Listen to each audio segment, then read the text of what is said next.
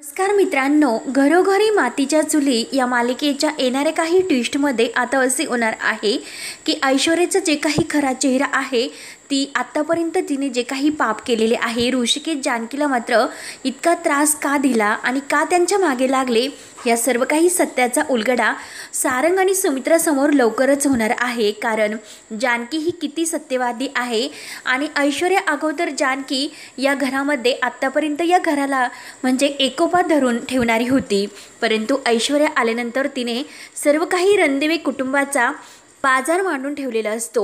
सर्व रणदिवे कुटुंबाचे हक्क तिने स्वतःकडे करून घेतलेले असतात, परंतु तिला हे माहिती नसतं की सत्य कधीही लपून राहत नाही। शेवटी ऋषिकेश आणि जानकी आपल्या हक्काच्या घरी परत येणारच आणि तिचीच या घरातून कायमस्वरूपाची कशी हकालपट्टी होते।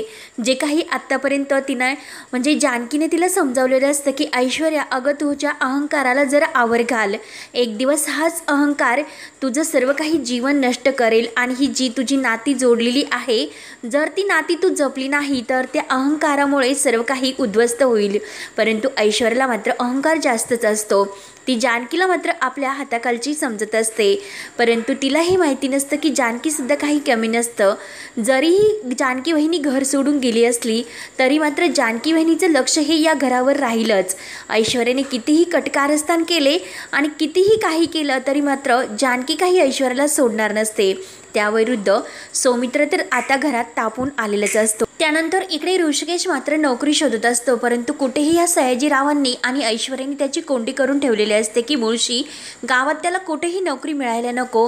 परंतु देवकृपेने मात्र त्याला एक संधी चालून येते आणि शेवटी ती संधी तो इतका त्या संधीचा फायदा घेतो आणि दिवाळीसाठी आपल्या ओवीसाठी खूप काही फटाके, कपडे सर्व काही तिला घ्यायचं असतं, कारण ओवीला त्या घरामध्ये अगदी अवघडल्यासारखं होत असतं, कारण ते डास असतात, तिला गरमल्यासारखं होतं। ओवीचं ते त्रास बघून ऋषिकेश आणि जानकीला खूप वाईट वाटतं, परंतु ओवीच्या आणि जानकीच्या या दिवाळीच्या मात्र सर्व काही स्वप्न आणि इच्छा पूर्ण करण्यासाठी ऋषिकेश जी कुस्ती आहे ती जिंकतो।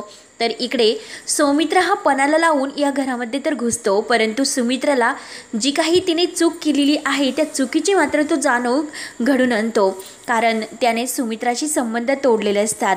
सुमित्राला म्हणत असतो की आई, अगं ज्या लाडक्या मुलाला तू घरात ठेवू शकली नाही, त्याला समजू शकली नाही, तर तू मला काय प्रेम देणार?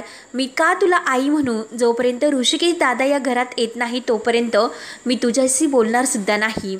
सुमित्राला खूप वाईट वाटतं आणि सुमित्रा एकटीच अशी बसलेली असते की काय करू आणि काय नाही अशी तिची गत होते, कारण कोणत्याच गोष्टीत कोणत्याच कामात तिचं मन लागत नसतं। सारखी जानकी ओवीची आठवण तर येत असते, परंतु एक मन मात्र तिचं पुन्हा दुर्लक्ष करत असतं। आजी तर प्रत्येक वेळेस येते आणि सुमित्राचे कान मात्र आणखीनच जानकी विरोधी भरण्याचा प्रयत्न करते, परंतु अवंतिका काही कमी नसते। अवंतिका जशाच कसे उत्तर द्यायचे हे तिला चांगलं माहिती असतं, म्हणून तिने ठरवलेलं असतं की जानकी बहिणीला काही झालं तरी या घरातील त्यांचे हक्क मात्र द्यायचेच, परंतु या ऐश्वर्याची लवकरात लवकर कशी हक्कलपट्टी करायची, तिला कसा त्रास द्यायचा हे अवंतिकाने पूर्णपणे प्लॅन करून ठेवलेला असतो। सौमित्र आणि अवंतिका ऐश्वर्याच्या प्रत्येक हालचालीवर लक्ष ठेवून असतात आणि यात गुलाबदादांची सुद्धा मदत घेतात। तेव्हा सौमित्र हा गुलाबदादांची भेट घेतो। गुलाबदादांना म्हणत असतो की काही झाले तरी आता आपल्या जानकी वहिनी आणि ऋषिकेश दादा या दोघांना आपल्याला परत हक्काने आणि मानाने घरात घेऊन यायचे आणि गुलाब, त्यासाठी मला तुझी मदत लागेल। तेव्हा गुलाबदादा म्हणत असतात की सौमित्र दादा, काही झाले तरी मी तुम्हाला कोणत्याही परिस्थितीत मदत करायला तयार आहे, परंतु ती ऐश्वर्या आहे ना, तिने मलासुद्धा धमकवण्याचा प्रयत्न केला आणि तिने तर मला सुरीच दाखवली। तेव्हा सौमित्र म्हणतो की गुलाबदादा, तू तिला घाबरायचे नाही, तिचे प्रत्येक एक एक कारस्थान आहे ते सारंगसमोर तर यायला हवे। जेव्हा या सारंगचे डोळे उघडतील तेव्हा मात्र या ऐश्वर्याची या घरातून नक्की हकालपट्टी होईल, कारण सारंग तर त्या ऐश्वर्याच्या प्रेमामध्ये मग्न झालेला आहे, वेडा झालेला आहे, त्याला या सगळ्यातून बाहेर तर काढावेच लागेल। तेव्हा मात्र सौमित्र आणि अवंतिकाने जेव्हा ऐश्वर्या ही बाहेर असते तर तिच्या रूमची झडती घेण्याचे ठरवलेले असते, तेव्हा रूमची झडती घेता घेता त्यांना तिच्या कपाटामध्ये काही मृत्यूपत्राचे 2 पुरावे सापडतात, कारण जे मृत्यूपत्र हे नानांनी बनवलेलं असतं आणि जे मृत्यूपत्र आणि वकिलांकडून त्यांनी बनवून घेतलेले असते, फक्त त्यावर नानांची सही ही त्या स्टेटमेंटद्वारे घेतलेली असते। तेव्हा ऐश्वर्याच्या कपाटामध्ये त्यांना ते तेथे सापडतात. ते बघून तर सौमित्राला धक्काच बसतो आणि या अगोदरसुद्धा सौमित्राला संशय असतो की नानासुद्धा कोणत्या तरी दबावाखाली येऊन त्यांनी हा निर्णय घेतला असेल. जानकी वहिनीला म्हणजे त्यांनी तिच्यावर आळ का घेतला असेल, तिच्यावर काय हे आरोप केले असतील, नक्की या ऐश्वर्याचा काहीतरी त्यात हात आहे. परंतु ऐश्वर्या मात्र जेव्हा आपल्या सयाजीरावांशी बोलत असते आणि ती सर्व काही सयाजीरावांना सांगत असते की डॅडा, अहो त्या ऋषिकेशला कुठेही मुळशीत मी नोकरी तर मिळून देणार नाही, परंतु त्याची आणि जानकीची अशी हाल करेल की त्याच्या प्रत्येक हालचालीवर तो काहीच करू शकणार नाही आणि एक दिवस तो उपाशी राहून आपल्या जानकी ओवीला परत तो आपल्या शरणागती आला पाहिजे आणि जेव्हा तो आपल्या पाया पडेल तेव्हा आपण त्याला त्याची योग्य लायकी दाखवून द्यायची. हे सर्व काही सौमित्रा आणि अवंतिका ऐकतात.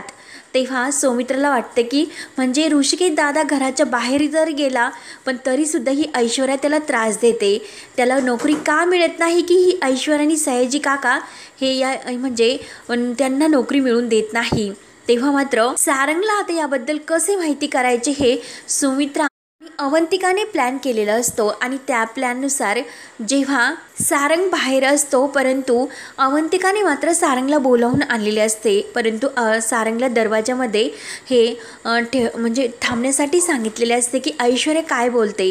तेव्हा ऐश्वर्या ही सौमित्र आणि अवंतिकाजवळ येत म्हणत असते की मी जसे त्या जानकी आणि ऋषिकेशला घराच्या बाहेर काढले आणि नानांना शेवटी त्या जानकी बहिणीवरच आरोप करावे लागले, ते का आणि कशामुळे, तर मी जे काही केले ते मी तसेच तुम्हाला सुद्धा या घराच्या बाहेर काढेल. जर राहायचे असेल या घरामध्ये तर लायकीत राहायचे, कारण या घराची सर्व सत्ता आता माझ्या ताब्यात आहे. तेव्हा मात्र अवंतिकाने सर्व काही हे बोलणे सारंगला ऐकवलेले असते. सारंगला तर खूप मोठा आता सत्याचा प्रकाश पडतो आणि ऐश्वर्या असे वागतील अशी त्याने कधीही अपेक्षा केलेली नव्हती. तेव्हा ऐश्वर्याचा खरा चेहरा शेवटी सौमित्रा आणि अवंतिकाने समोर आणलेलाच असतो. तेव्हा लगेच ऐश्वर्या ही म्हणजे खूप काही बोलत असते सौमित्राला, अरे मला तर तुझ्याशी लग्न करायचे होते, पण ही अवंतिका या फालतू मुलीशी तू लग्न केलं आणि मला तू नाकारलं, अरे लायकी तरी आहे की तुझा माझ्याशी लग्न करण्याची.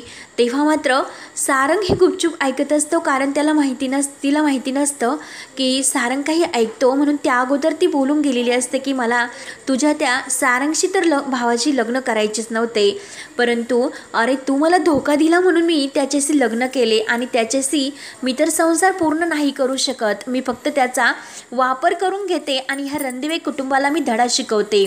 तेव्हा तर सारंगचा राग मात्र अनावर होतो. सारंग म्हणत असतो की या ऐश्वर्याने खरंच खूप मोठी चूक केली, आपण तिचे ऐकले, तिच्यावर विश्वास ठेवला, म्हणून तो सारंग ऐश्वर्याच्या थोबडात ठेवून देतो. तेव्हा ऐश्वर्याचा जो काही खरा चेहरा आहे तो शेवटी सारंग समोर तर आलेलाच असतो. परंतु आता सुमित्राला सुद्धा ही माहिती नसते. तेव्हा आता घरात दिवाळीची लगबग सुरू असते.